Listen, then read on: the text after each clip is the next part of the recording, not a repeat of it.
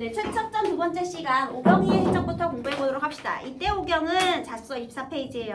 다 외적 도누라는 자에게 붙잡혀 있었다. 자, 여기 오경이는 또 누구를 만났느냐면요. 도누라는 외적, 그러니까 일본 사람을 만났대요. 도누는 늙은 병사로 살생을 하지 않는 불교 신사였다. 본래 장사꾼으로 항해에 능했으므로 외장, 소서, 행장이 그를 선장으로 발탁하였다. 얘들아, 도누는 늙었고요. 살생을 하지 않는 불교 신자였대요. 괄호 한번 해볼까요? 선생님이 이 소설에서는 인물의 성격 제시 방법 중요하다 그랬죠. 근데 여기서 인물을 제시하는 방법 중에 이 부분은 직접 제시, 간접 제시 어떤 방법을 취하고 있죠?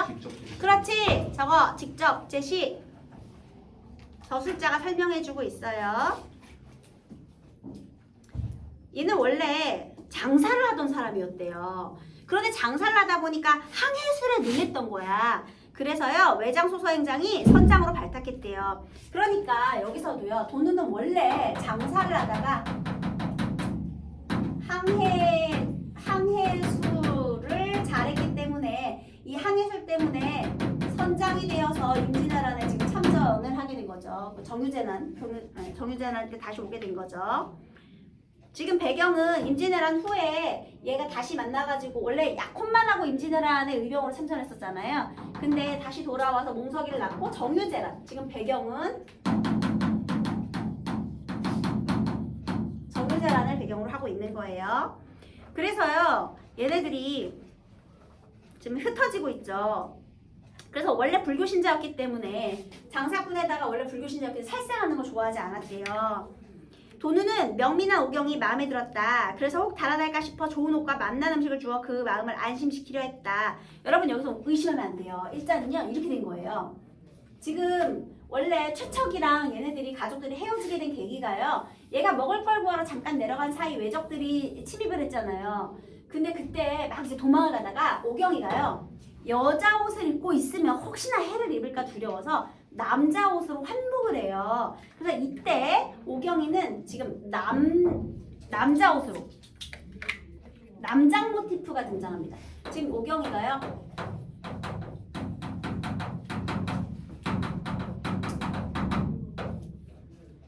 네, 저 오경이가 남장을 했어요, 여러분. 남장 모티프.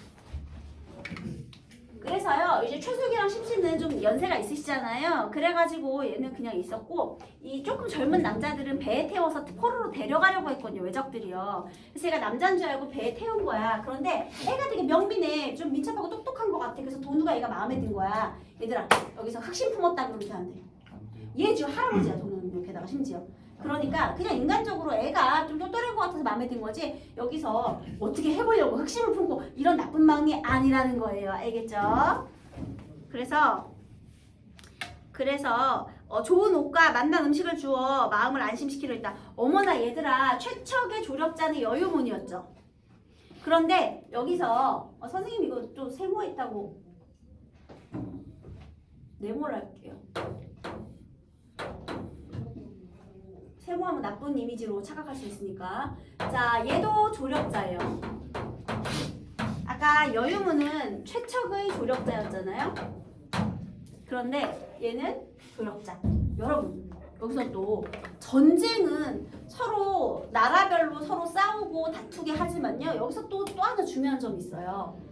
명나라 사람의 조력을 받고 일본 사람의 조력을 받았죠. 이건 또 뭐야? 여기에 세계 이웃사상이 등장해요, 여러분. 다시.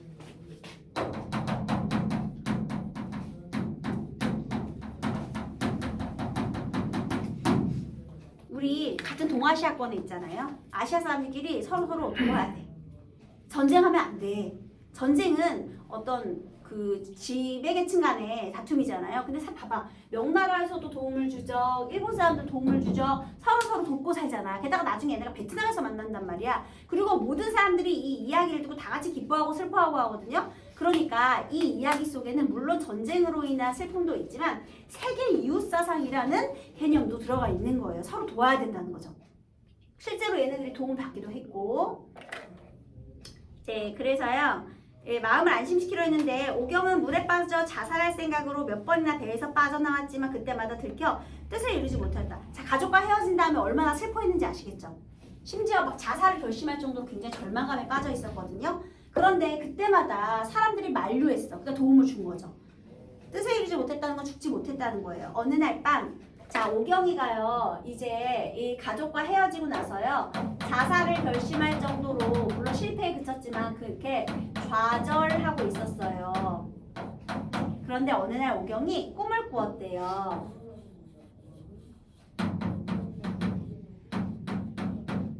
자, 이 꿈은 어떤 내용이었느냐? 장육불은요 굉장히 큰 부처예요, 여러분. 장육불이 나타나서요. 나는 만복사의 부처다. 이 부처님께서 또 나타나셔가지고요.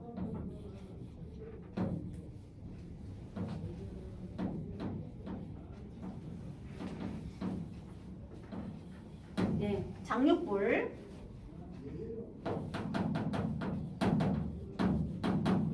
자, 만복사의 부처님이 나타나셔가지고 죽어서는 안 된다. 훗날 반드시 기쁜 일이 있을 것이다. 자, 꿈의 내용은 훗날 기쁜 일에 대한 계시였어요. 오경이가 바라는 기쁜 일은 무엇일까요? 가족과의 재회. 그렇지, 재회를 암시하는 그런 내용이죠. 여러분, 여기서 꿈의 기능 첫 번째 가족과의 재회를 암시하는 곡선의 역할. 그러면 앞으로의 사건 전개를 암시한다. 괜찮겠죠? 얘가 예언해줬잖아. 그죠? 그 다음에 전기성을 드러내기도 해요. 비현실적이죠. 그 다음에 또 하나는요. 아주 중요한 건데요. 얘가 오경이 꿈에서 깨어 그 꿈을 가만히 생각해보니 그런 일이 전혀 없으란 법도 없을 것 같았다. 이에 억지로 먹으며 목숨을 부지했다. 자, 원래는 좌절감에 빠져 있었죠. 그런데 꿈을 꾸고 나서는 다시 삶의 희망을 가지게 됩니다. 그래서 회복하는 계기가 돼요. 다시요. 얘가요. 좌절에서 기대감으로 삶의 의지를 회복하는 계기. 삶의 의지 회복 계기. 이게 아주 중요해요. 1번, 3번이 중요합니다. 곡선의 역할, 그 다음에 삶의 의지를 회복하게 되는 계기. 요거 두 개. 이게 꿈의 기능이에요. 꿈의 기능을 서술하시오도 자주 나오고 또 꿈의 기능으로 옳은 것을 골라라 이것도 많이 나오고요. 그래서 이 장육불 부처님이 등장하는 꿈을 통해서 얘가 삶의 의지를 회복하게 되었어요. 맨날 죽으려고 했었는데 이제는 좀 살게 되었다 이렇게 된 거죠. 자, 그 다음 26페이지. 도노의 집은 나고야에 있었다. 아하, 얘네가 그래서 어디까지 가느냐? 일본 나고야까지 갑니다. 우리 오경이는요 여기 남원에서부터 출발해서 나고야까지 이동을 했고요. 그 다음에 늙은 아내와 어린 딸만 있을 뿐 집안과 달리 남자가 없어. 오경을 집에 살게 하되 아내와 딸이 있는 내실에는 출입하지 못하겠다. 이거 무슨 소리냐? 여자 있는데 못 가겠다라는 건 오경을 뭘로 알고 있어? 남자. 그렇지. 적으세요. 남자로 알고 있어. 남자로 알고 있어. 얘 끝까지 몰라. 오경은 동우를 속여 이렇게 말했다. 저는 본래 체격이 왜소하고 병이 많은 약골이라 조선에 있을 적에도 젊은 남자들이 하는 일은 하지 못했습니다. 바느질이나 밥 짓는 일만 할 수 있지 다른 일을 할 수 없습니다. 자, 지금 여기서 쉴드 치는 거죠, 여러분. 똑똑해요. 왜냐하면 보통 아무리 해도 체격이 딸리기 때문에 남자가 하는 일을 못할 거란 말이지. 그러니까 나는 원래 이렇게 체격도 왜소하고 약골이다. 그래서 보통 남자들처럼 힘센 일은 못한다라고 미리 말을 한 거예요. 도누는 퍽 가련히 여겨 오경에게 사우라는 이름을 붙여주고는, 자, 오경이의 일본식 이름은 뭐다? 네, 사우. 일본의 이름을 붙여주고는 배를 타고 장사하러 나갈 때마다 항해장의 일을 맡겨. 자, 이 오경이가 그래서요 도누의 도움을 받아 어떤 역할을 했다? 항해장이 되어서, 왜냐면 똑똑하니까요 뱃일을 금방 배운 거예요. 그래서 항해장의 일을 맡겨서요 중국의 복권성과 절강성 일대를 함께 돌아다녔다. 자, 그래서 항해장으로서 또 어디로 이동했다? 중국의 복권성, 절강성 일대. 그럼 우리가 여기서 조금 기대할 수 있게 되잖아요. 중국으로 가가지고 여유민 만나는 거 아니야? 이렇게. 아, 여유민이 최초 만나는 거 아니야? 이렇게. 지금 장사를 하며 장사배를 타고 돌아다니는 거죠. 항해장으로서 장사를, 원래 장사꾼 분이었으니까 도누와 함께 이렇게 돌아다니고 있는 중이에요.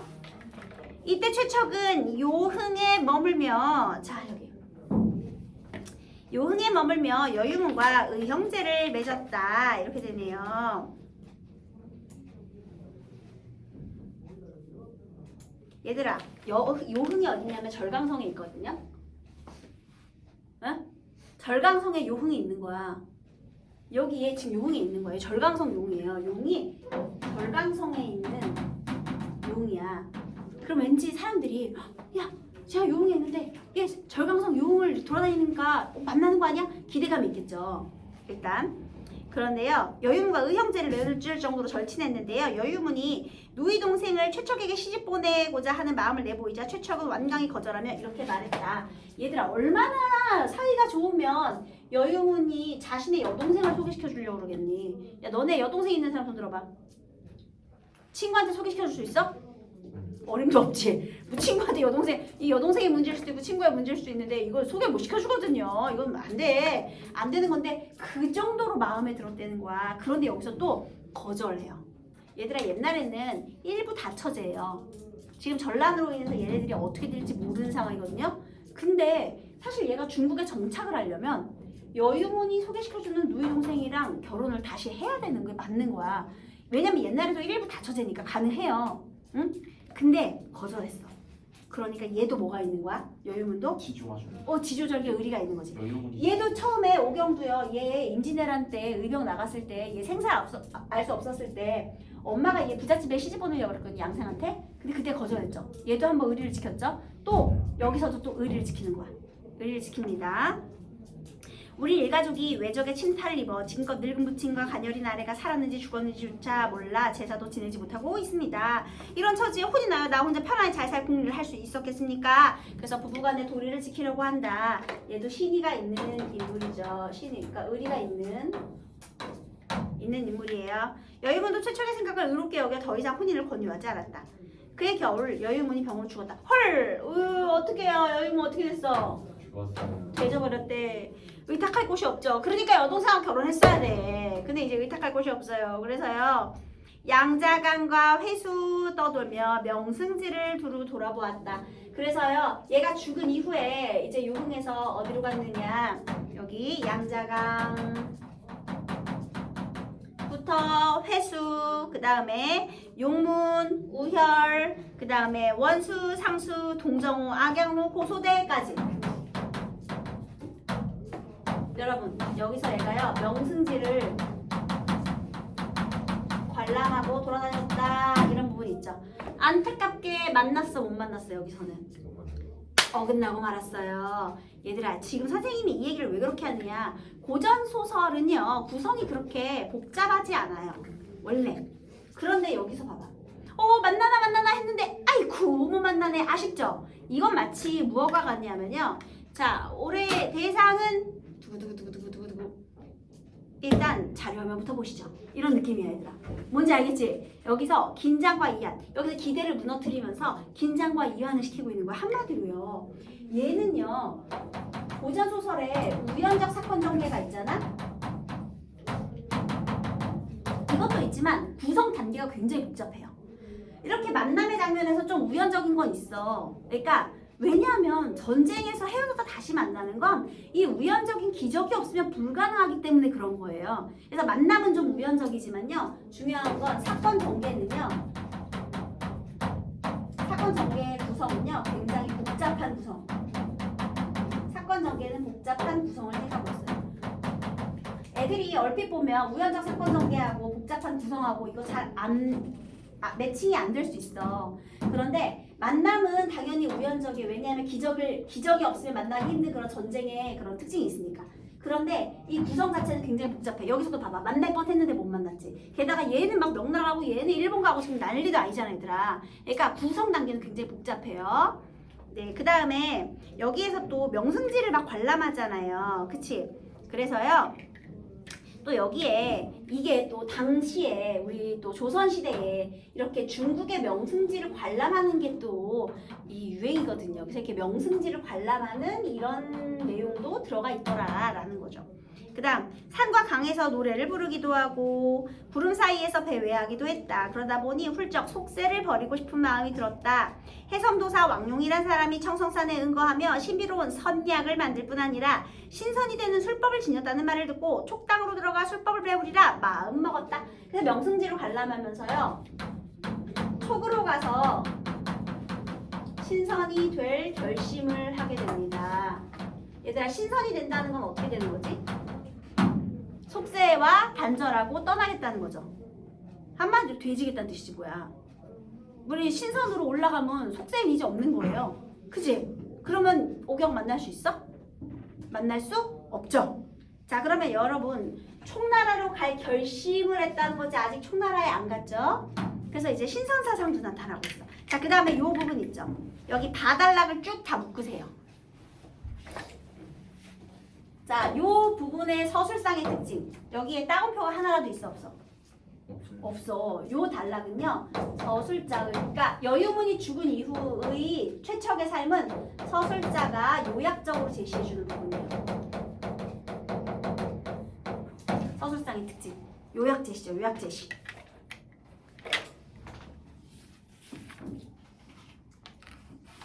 그 다음 28페이지. 이때 송우라는 사람이 있었는데 호가 학천이고 집은 향주 용근문 안에 있었다.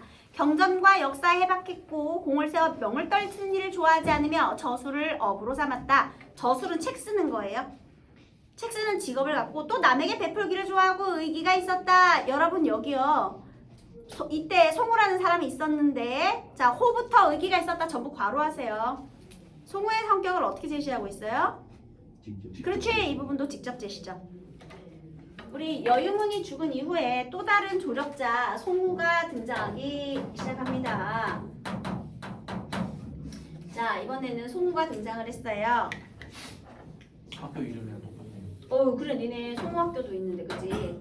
자, 얘가 조력 1이고요. 송우는 조력자 2예요. 그래서 얘가 송우가 찾아왔어요. 최척과는 서로 직이라고 인정하는 사이였는데 여기도 또 직이 사이야. 최척과.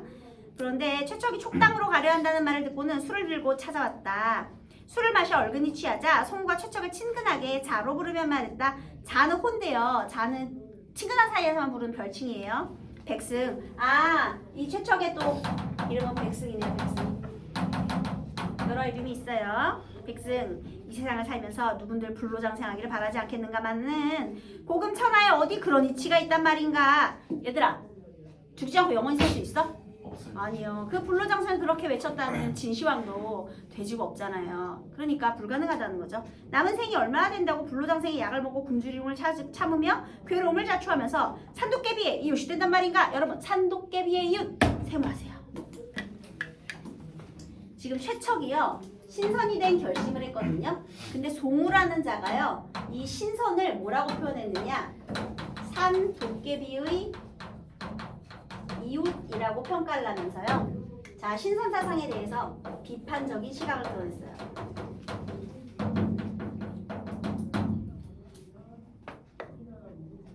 자, 여러분, 이 작가는요, 조이아는요, 신선 사상을 긍정적으로 생각했을까, 부정적으로 생각했을까?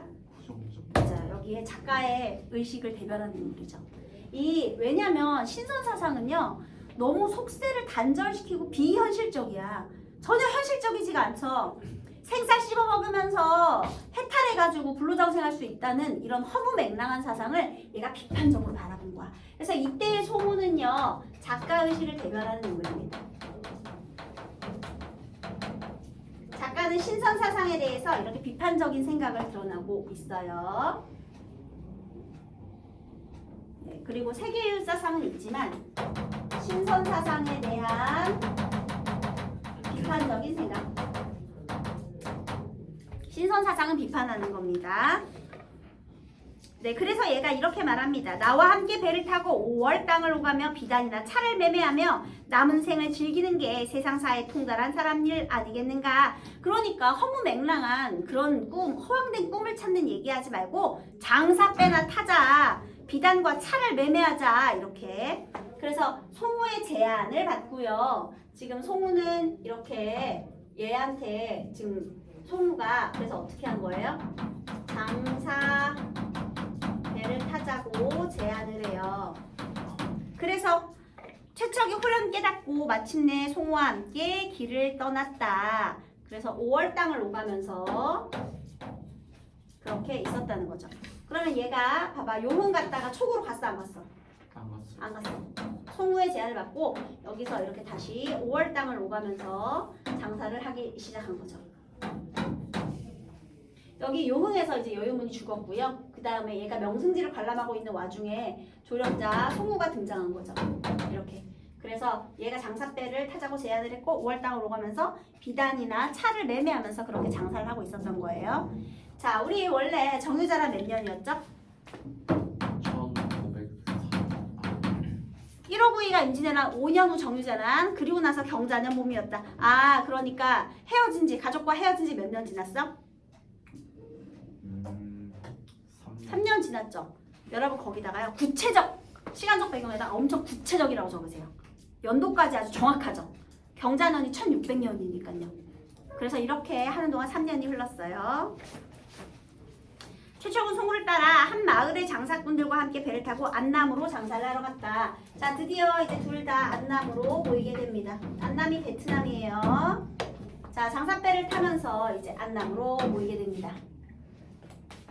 그 다음에요. 이때 일본 배 10여 척도 같은 포구에 정박해 있었다. 자, 여기 안남으로 갔는데요. 여기에 일본 배가 여기 갔는데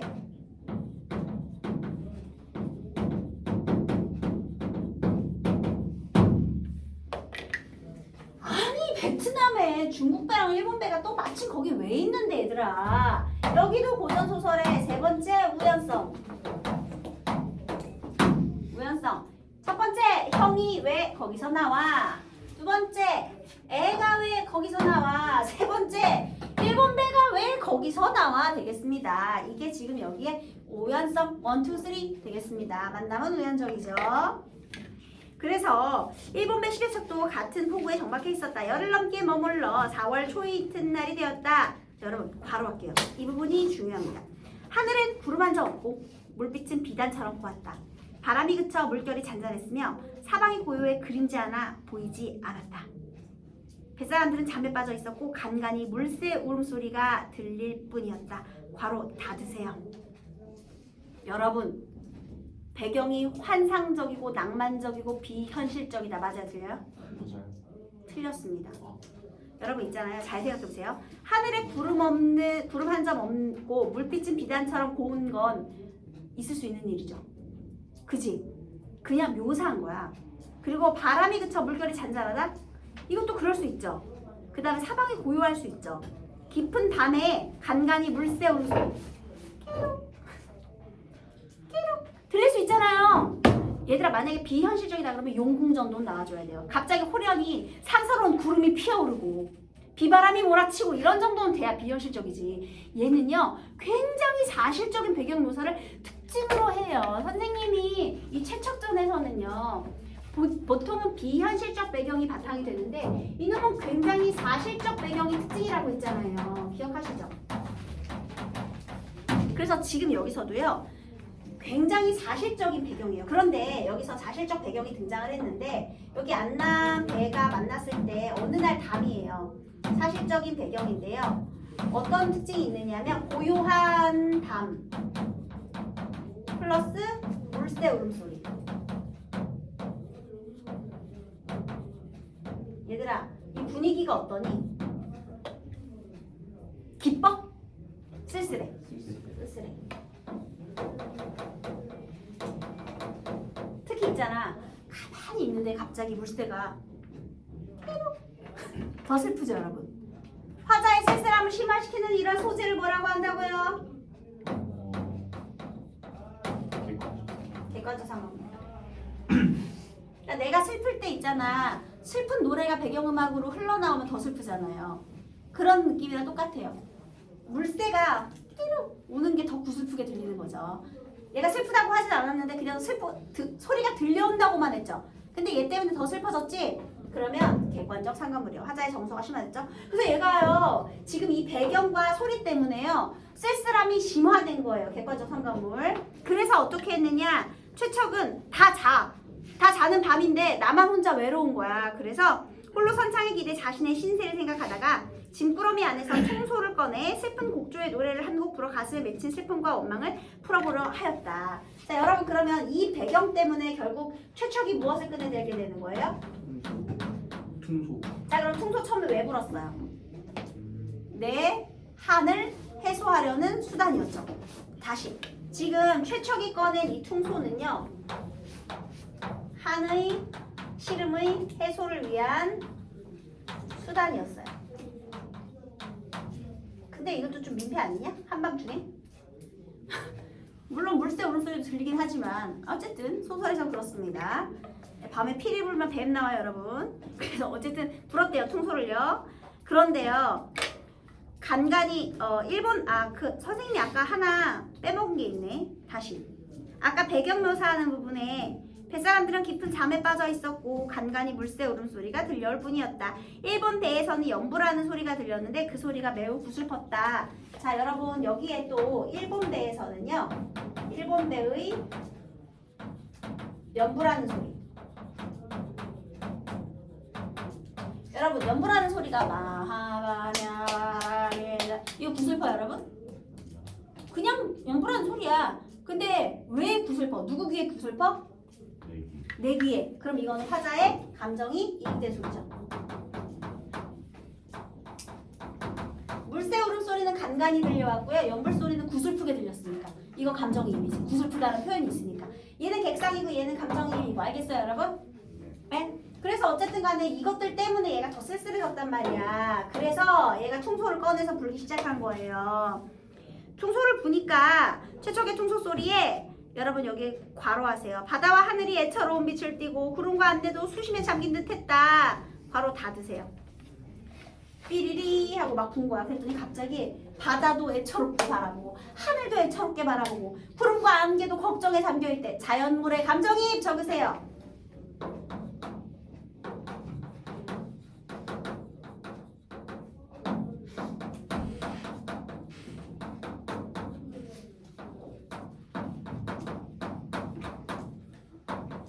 자연물의 감정을 투영하였다.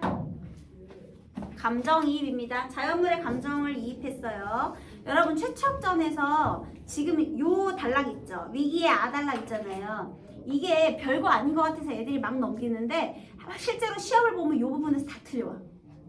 그러니까 별로 안 중요한 것 같아서 막 넘어갔는데 사실은 이런 부분이 실수하기 쉬운 부분이라는 거죠. 니네 생각으로 중요도를 판단하면 안 돼. 시험 문제에 또 잘 나오는 부분이 있어요. 다른 부분은 특징이 확실해요. 특징이 확실하기 때문에 물론 중요하지. 중요한데 특징이 확실한 건 잘 넘어가거든요. 그러니까 잘 문제를 풀기가 쉽거든요. 근데 이런 부분이 너네가 눈여겨보지 않았기 때문에 왜냐하면 내용상 크게 중요하지 않을 것 같잖아. 그래서 이런 부분에서 실수를 하기 쉬워요. 그래서 요 단락을 잘 봐둬야 돼요, 여러분. 특히 여기 자연물에다 감정을 이입하는 부분이 다 여기 있는 거야. 뱃사람들도 다 일어났겠지. 밤에 피리 부니까. 그래서 모두들 서글픈 표정을 지었대요. 지금 그러면 공감을 해준 거죠. 그때 문득 일본 배에서 연불하던 소리가 뚝 그쳤다. 잠시 후 조선말로 시를 읊는 소리가 들렸다. 헐, 여러분 여기 어디? 베트남. 그리고 무슨 배와 무슨 배가 만났어요? 중국 배와 일본 배가 베트남에서 만났는데 갑자기 일본 배에서 조선말로 시를 읊는 소리가 들려요. 와우, 이게 무슨 일이야. 그래서 여기에 지금 벌써 4개국이 등장, 4개국어가 등장하는 거죠. 4개국어.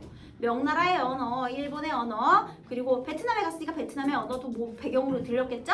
그리고 나서 또 여기 조선어까지. 아우, 어마어마합니다. 자, 그래서 여기서 지금 조선말로 시를 읊는 소리. 자, 여기 자리가 없으니 선생님 여기로 다시 당겨볼게요. 자, 이제 최초의 통소 소리. 자, 그 다음에 우리 오경이로 짐작이 되죠? 오경이의 시, 조선말. 자, 얘가 통소를 보니까요. 얘가 지금 조선말로 시를 읊은 거예요. 자, 그러면 여러분, 퉁소는 최척은 오경이임을 확인하기 위해서 본 건가요? 아니요, 자신의 쓸쓸한 마음을 달래기 위해서 부른 거예요. 그런데 그 퉁소 소리를 들은 오경이 지금 혹시 이 소리는? 하고 눈치챈 거죠. 그러면 이 퉁소 소리는 전에도 들은 적이 있을까 없을까? 있어요. 있어야 이거를 떠올릴 수 있겠지, 그치? 그래서 옛날에 퉁소 소리, 과거에 퉁소 소리를 듣고 오경이가요, 이제 시험을 해보는 거예요. 진짜 내 남편이 맞나 해서요. 그래서 이 시를 지어줬는데요. 왕자교에서 퉁소를 불 때 달은 나지막하고 바닷빛 파란 하늘엔 이슬이 자욱하네. 푸른 난새가 함께 타고 날아가리니 복례산 안개 속에서도 길을 잃지 않으리. 자, 이 시는요, 과거에 최척의 퉁소 소리에 오경이 화답했던 시. 과거에도 최척이 퉁소를 불어줬는데 그때 오경이 화답하는 시를 한번 지어줬던 거예요. 최척의 퉁소 소리에 대한 오경의 화답시였어요. 화답시. 과거에. 내용도 볼까요? 왕자교라는 사람은요, 퉁소의 전문가예요. 네? 왕자교가 그러니까 요리의 백종원 같은 퉁소의 왕자교가 있는 거죠. 그래서 왕자교가 그러면 왕자교는 누구를 빗댄 거겠니?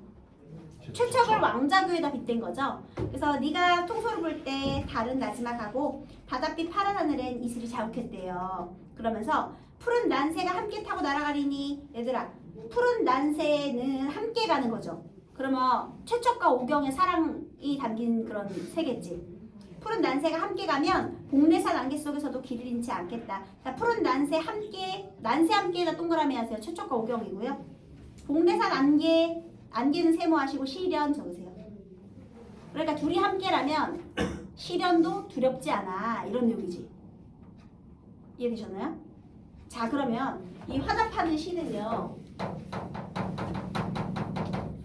둘의 변함없는 사랑이 강조된, 우리 둘만 있다면 어떤 난관도 헤쳐나갈 수 있어, 이런 내용의 시였던 거예요. 이 시 내용도 이해되시죠, 여러분? 그래서 사랑의 내용을 이렇게 불렀어. 그랬더니 시 읊는 소리가 그치더니 한숨 소리 쯧쯧 혀 차는 소리가 들려왔다. 최척은 시 읊는 소리를 듣고는 깜짝 놀라 어리 빠진 사람 같았다. 저도 모르는 새 퉁소를 땅에 떨어뜨리고 죽은 사람처럼 멍하니 서 있었다. 여러분, 여기 괄호 해볼게요. 저도 모르는 새 퉁소를 떨어뜨리고 죽은 사람처럼 멍하니 서 있었다. 여러분, 퉁소 소리를 들은 이 최척이요,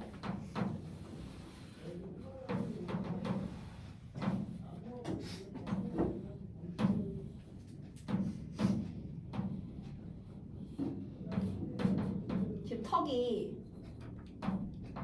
혀가 굉장히 턱이야, 턱.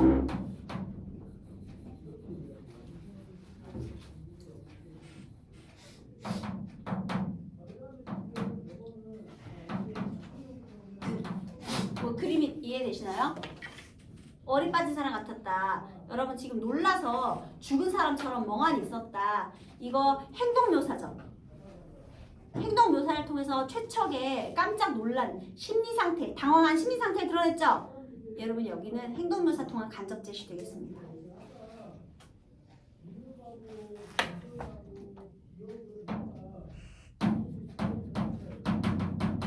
놀랐죠? 놀랐는데 그거를 행동을 통해서 드러냈으니까요. 간접 제시예요. 요거 간접 제시야, 까먹으면 안 돼. 행동 묘사예요. 왜 그래? 거듭 물어도 대답이 없었다. 세 번째 물음에 이르러서야 비로소 최척은 뭔가 말을 하려 했지만 목이 막혀 말을 하지 말고 눈물만 하염없이 흘렀다. 자, 이 부분도 뭐예요? 이 부분도 뭐예요? 간접 제시.